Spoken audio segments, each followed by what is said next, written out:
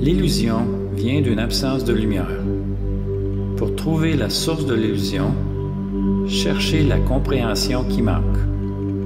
L'exploitation provient d'un désir d'ordre mal placé. Le mental perçoit l'ordre comme une compartimentalisation de la vie, la séparation de l'unité afin de contrôler par la définition. L'ordre véritable est le flot spontané de perfection sans fin de la vie une. La compartimentalisation, c'est la dualité. La nature du mental a été séparative, essayant de cartographier l'incompréhensible. Ceux qui cherchent à exploiter mettent en scène le besoin du mental de créer des frontières, en obligeant les autres à le faire.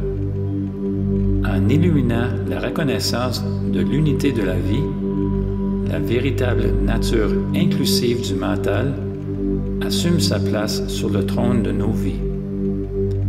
Nous vivons la vérité selon laquelle il n'y a pas de relation, il n'y a que la vie une.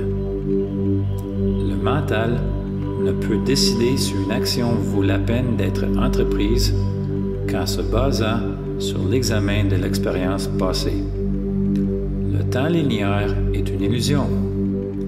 Le passé n'existe pas en tant que réalité. Il n'y a que l'instant fluide éternel.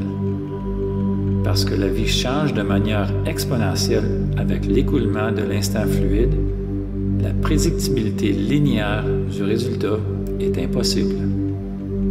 L'addiction du mental au savoir nous empêche d'autoriser l'explosion spontanée des possibilités de la vie, nous maintenant liés à la médiocrité du passé. L'addiction naît de l'abandon de soi. Le mental abandonne sa connaissance intérieure en essayant de se comprendre par la recherche de réponses extérieures. L'illusion de l'espace intérieur et extérieur disparaît quand la vérité est illuminée. Ce qui semble être à l'extérieur fait aussi partie de nous. La seule raison pour laquelle quelque chose peut nous parler est que c'est nous parlant à nous-mêmes. La tendance de l'homme à suivre aveuglement dans la crédulité naît d'une impulsion intérieure qui le pousse à recevoir et à se conformer à la volonté de l'infini. La création a été faite pour exprimer l'intention divine, pour écouter les impulsions du déploiement du nouveau potentiel d'expression de l'infini. Quand la tyrannie du mental a remplacé les doux murmures du divin, la conscience profondément ancrée du fait que le libre arbitre est une illusion est restée, laissant un vide d'information. C'est cette vulnérabilité qui nous a amenés à nous laisser guider par tout qui pouvait, avec grande conviction, surmonter nos objections en nous convainquant qu'il sait et que nous ne savons pas. Plus nous sommes sensibles, plus aiguë est notre conscience que nous ne savons pas. L'illumination selon laquelle la vie est une expérience et non un ensemble de directives à suivre doit remplacer le besoin de savoir. Le savoir est fait de barreaux de prison. Peu sont capables de prendre la responsabilité de leurs actions. Les ressources sont dépensées sans la guidance et la compréhension des motivations du cœur. La création de l'illusion d'intelligence, formée par le mental pour différencier les compartiments qu'il avait créés, y contribue. L'intelligence choisit une chose ou une autre. Elle étiquette une chose comme bonne et une autre comme moins bonne, conduisant à l'origine des jugements de valeur, ainsi qu'à celle de la culpabilité et de l'innocence. C'est sous les étiquettes de culpabilité et d'innocence que se cachent les motivations de nos actions. Les qualifications du mental ne sont pas souples. Elles stéréotypent et emprisonnent aussi sûrement que n'importe quel gardien. Et gagner sa liberté n'est pas facile.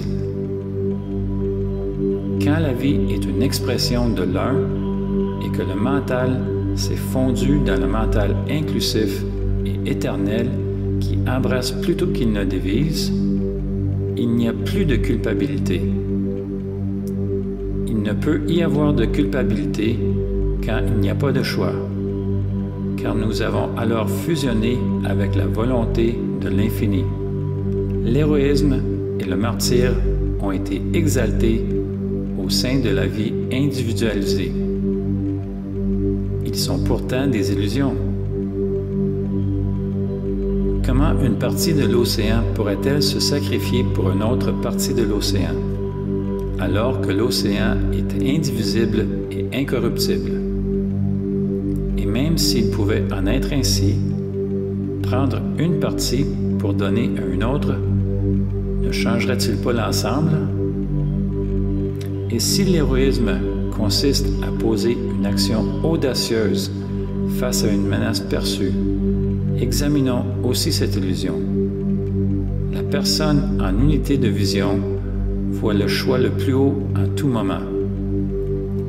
Celui qui reflète le mieux ce que nous sommes, un être immense ayant une expérience humaine.